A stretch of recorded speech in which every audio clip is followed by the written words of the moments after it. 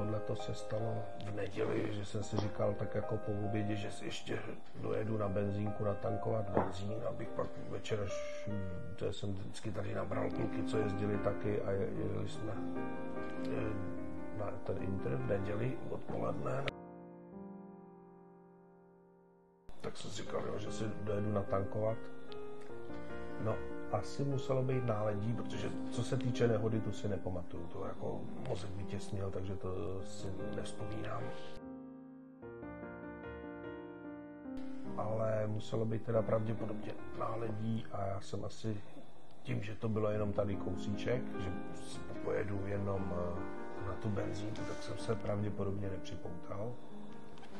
Popojel jsem tady kousek, vlastně to je asi 400 metrů od domu a tady pod křižovatkou, tak jsem musel dostat pravděpodobně teda smyk, jestli se auto roztočilo, nevím, ale že jsem narazil asi takhle do toho obvodníku, tam jestli do toho stromu a vypadl jsem z auta.